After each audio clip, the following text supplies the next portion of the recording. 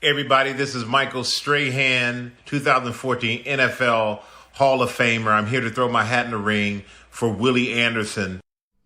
Wearing the biggest cleat in Bengals history, a size 18, Willie Anderson steps into the ring with one of the biggest footprints in franchise history as the greatest right tackle in the turn-of-the-century NFL.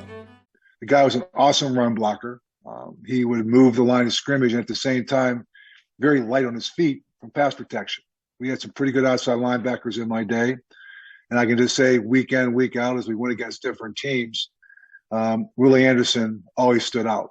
Another four-time Pro Bowler during 12 years in Cincinnati, Anderson also helped change the game by making sure foes didn't turn a blind eye opposite the blind side. The new Bengals, the new team, baby, a new era. Let's start right now. Willie was good from the beginning. You know, there's been a lot of good offensive tackles your rookie year give up 5 or 6 sacks. You know what I mean? Willie never did that. While Anderson blocked for Corey Dillon's NFL rookie record 246 yards late in the old century in 1997, he helped pave Dillon's way to the NFL record of 278 yards in the first year of the new one, in 2000. He would open up the pass for Corey Dillon, and with Corey running behind him, Corey broke 2 NFL rushing records. And not just any rushing records. He broke Jim Brown's rookie single-game rushing record. Jim Brown, the incredible Jim Brown. Walter Payton's single-game rushing record was broken also. And that was 275 yards running behind Willie Anderson. They can't stop it in the middle, man. Until we keep running pound in the middle, they can't stop it down there. Willie was certainly the best run-blocking tackle in football. So he could just mash them and maul them and knock them off the ball with explosiveness and athleticism. Willie just knocked the out of that guy, you know what I mean? We should just wear him out with this play. Our number one play was called 16 Chase. The other name was 16 Willie. And they were both, hey, Corey, just go follow Willie. Studious and savage, Anderson combined a massive body with ballet feet and a savant's instincts to confound the greatest defensive ends. I saw the PFF stat in the last 20 years. He's got the highest graded pass blocking grade of any tackle to play the game. According to Pro Football Focus, my company, so granted I'm a little biased, he is the best pass protector of the last 20 years.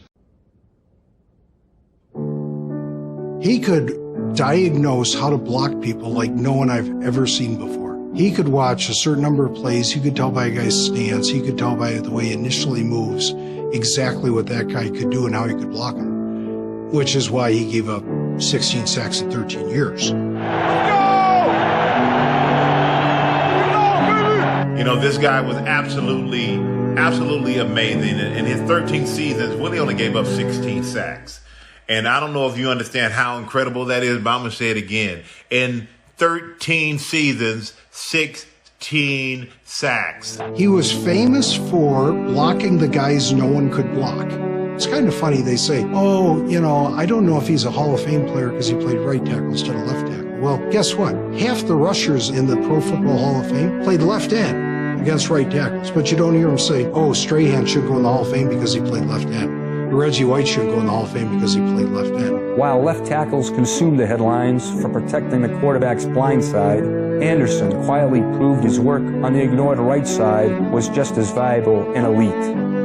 He played 15 games against Pro Football Hall of Fame pass rushers and allowed 1 sack. I played against Reggie White, and he was one of my first childhood idols. I knew then, like, oh, if he can't beat me, like, there's no one in this league gonna beat me. And I kind of went on that kind of run, 99-01, no sacks, 1 pressure. 3 great years that no one didn't notice at the time. They know now. At PFF, we don't have statistics for the entire career of every player. I wish we had a grade for every snap, but we don't. What we find is that Willie Anderson is slightly behind Jonathan Ogden, on a par with Walter Jones and Steve Hutchinson, and ahead of Will Shields, Alan Faneca, Kevin Mawai and Orlando Pace. So, in summary, he stacks up incredibly well alongside all of the current Hall of Famers that we have information for. From 2004 to 2006, Anderson became the only right tackle in the last 40 years to be named All-Pro 3 straight seasons. You can point to the fact that minimal amount of Pro Bowls.